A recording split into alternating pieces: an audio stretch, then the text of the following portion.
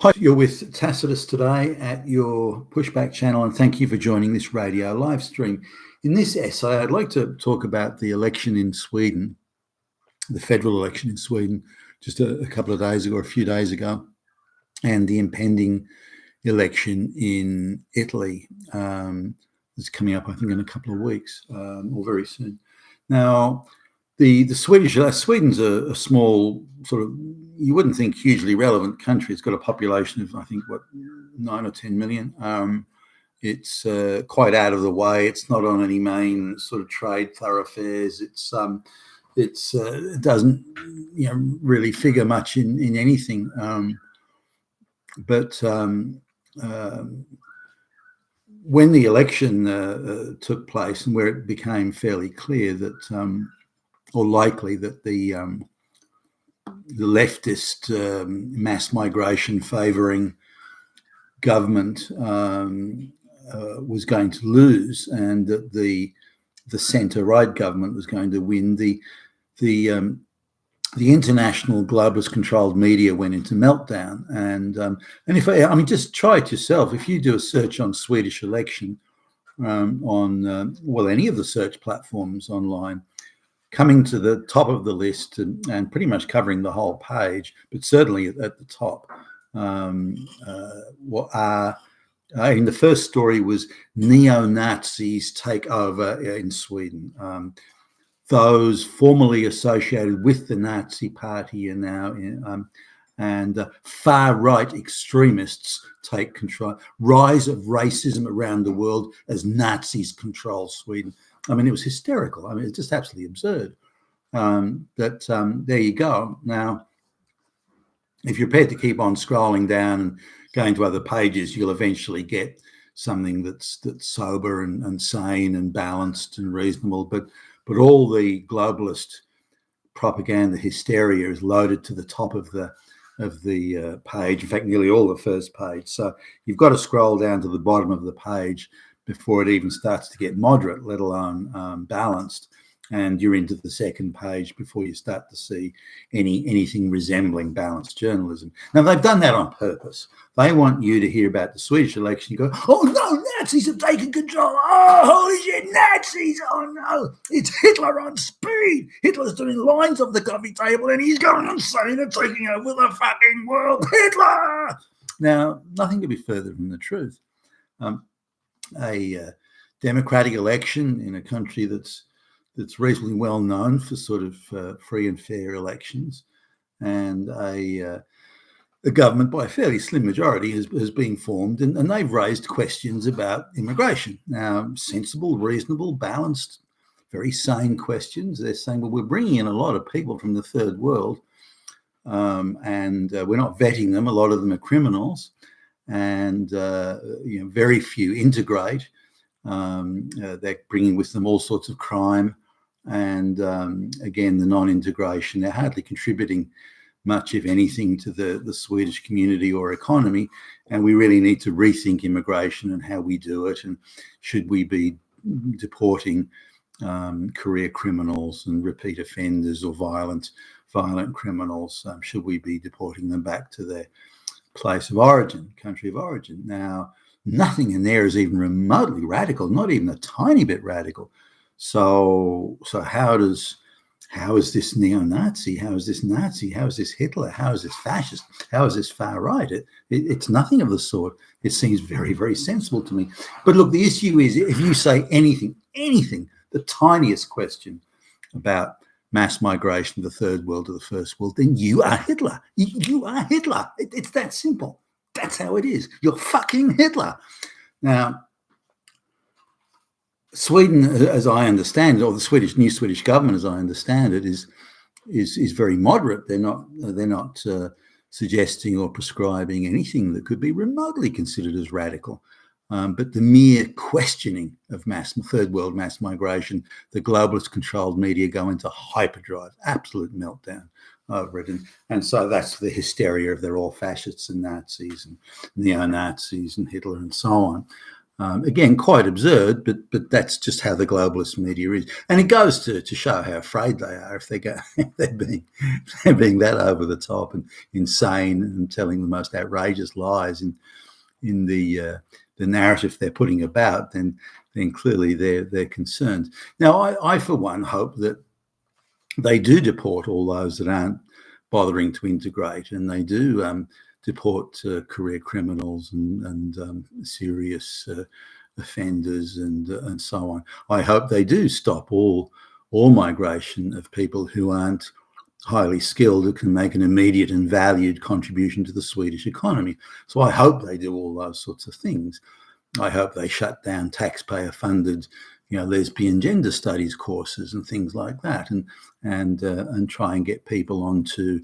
Or if people want to pay for it themselves, fine. But try and get people onto courses that, again, produce value for the economy and for the community, not courses of gender studies that spread hatred and social division. So these are the sort of things that I'd like to see, and I hope that the government does that. Now, I don't think they will. I think they've got enough globalists sort of have infiltrated the party to slow that process down, or stop it, or at least limit it. Maybe migration will be pulled back a little bit, but I doubt we'll see anything revolutionary. So these hysterical screams of fascists and Nazis and Hitler and bigots and racists and everything is just ridiculous. Dismiss it out of hand. It's utter nonsense and complete propaganda from the globalist controlled media. Also, another globalist controlled media narrative that's doing the rounds is the European Parliament has voted to condemn and sanction Hungary. Now, why are they doing this? I can't see what Mr. Orban's government has done in Hungary that would warrant that.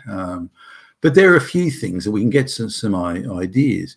The election, as much as I know, no one's really been able to prove the election was rigged or fixed in Hungary. The most recent election that Mr. Orban's government was returned to office. So I don't think there's no one's come forward and pointed out they've alleged.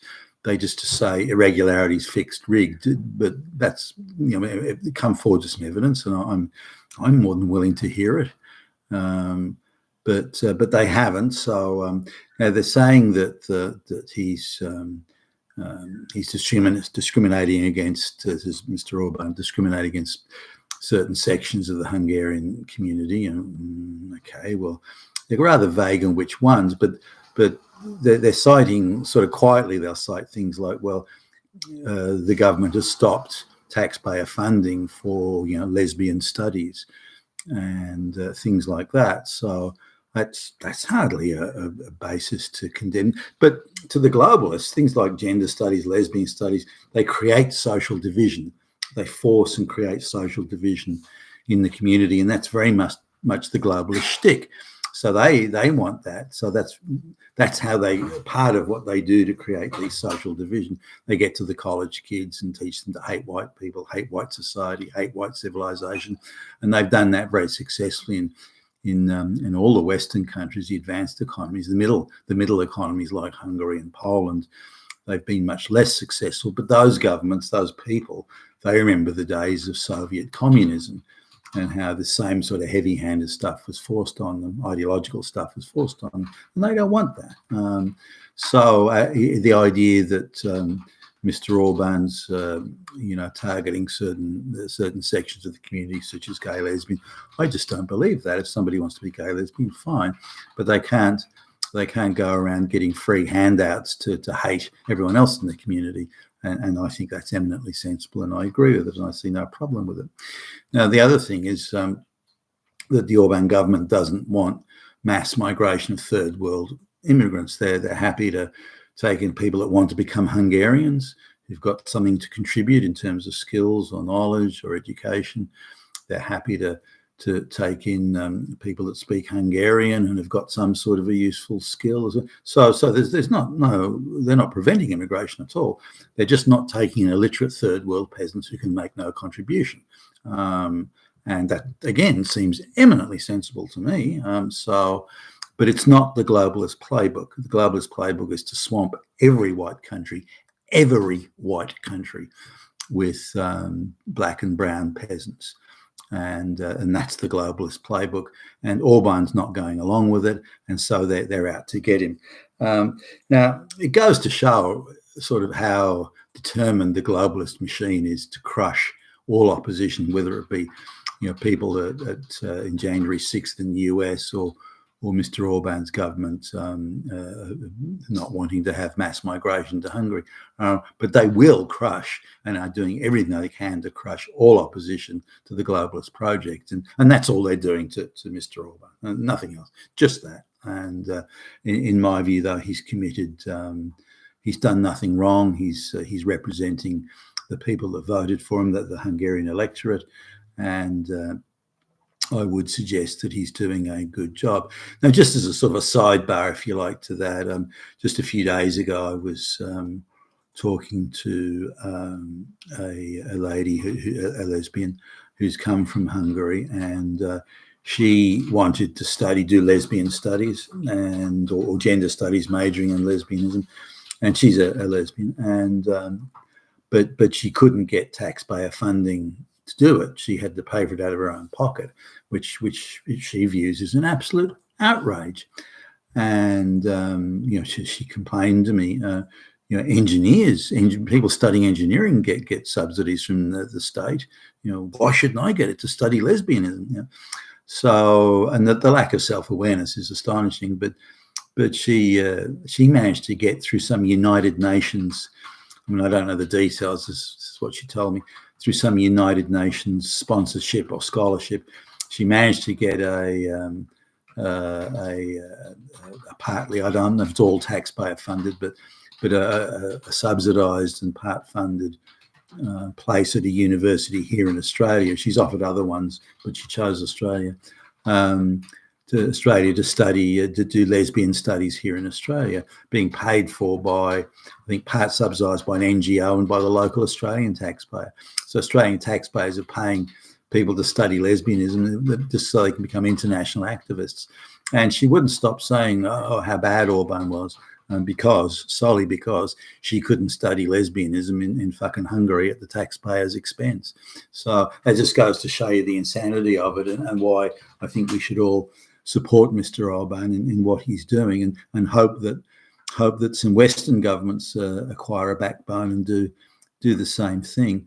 And when you look at the crime stats in Hungary and how peaceful and quiet and so on everything is, you sort of say, well, hey, hold on a minute. Cultural enrichment isn't everything that it's made out to be. And in Hungary, homogeneity certainly has its benefits. Now, people are going to go on to fascist, Nazi, racist, bigot. They're going to go on Hitler. They're going to go on with all that. But that's just the globalist denunciations of anyone that doesn't go along with them. Now, there's an election, as I think quite a few of you know, that's coming up in Italy. Now, there are a number of views around this, that if a centre-right coalition does win, which is already being condemned as fascist, Nazi, Mussolini, Hitler, racist, bigot, neo-Nazi, the whole, they just throw the whole thing at it all the time, far right but white supremacist. But some people are saying that the centre-right government will be really no different from the current government. They'll still condone mass migration and various other globalist approved activities, such as greening, the so-called Green New Deal crap that's going on, and climate change hysteria and that sort of thing. No, I don't know. Others say that they'll, Mr. Salvini will for example, clamp down on illegal migration and start deporting the illegals.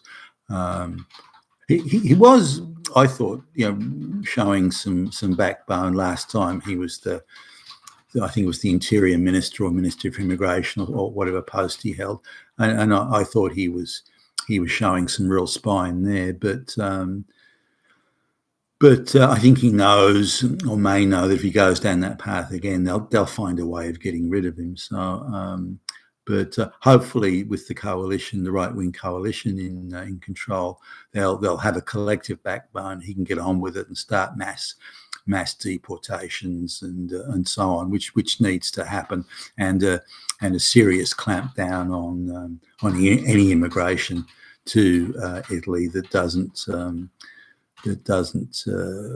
bring in skilled Italian-speaking people. And if it doesn't, if they're not skilled and can't speak Italian, don't want to integrate, just want to go into black brown ghettos or something, no, they shouldn't be welcomed, and they should not be allowed to stay. There's nothing wrong with if these people want to come on a 2-year work visa or something like that and work in I don't know, washing dishes or whatever. That's fine. I mean, if that's what the economy needs, then do that.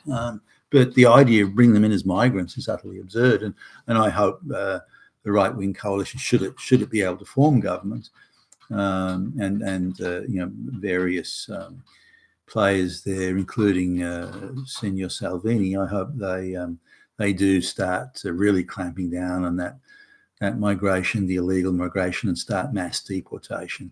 It'll become a nice blueprint for some other Western countries that are, of course, totally globalist controlled, but at least they'll be able to see how it should be done, and maybe they'll themselves acquire a backbone at some point.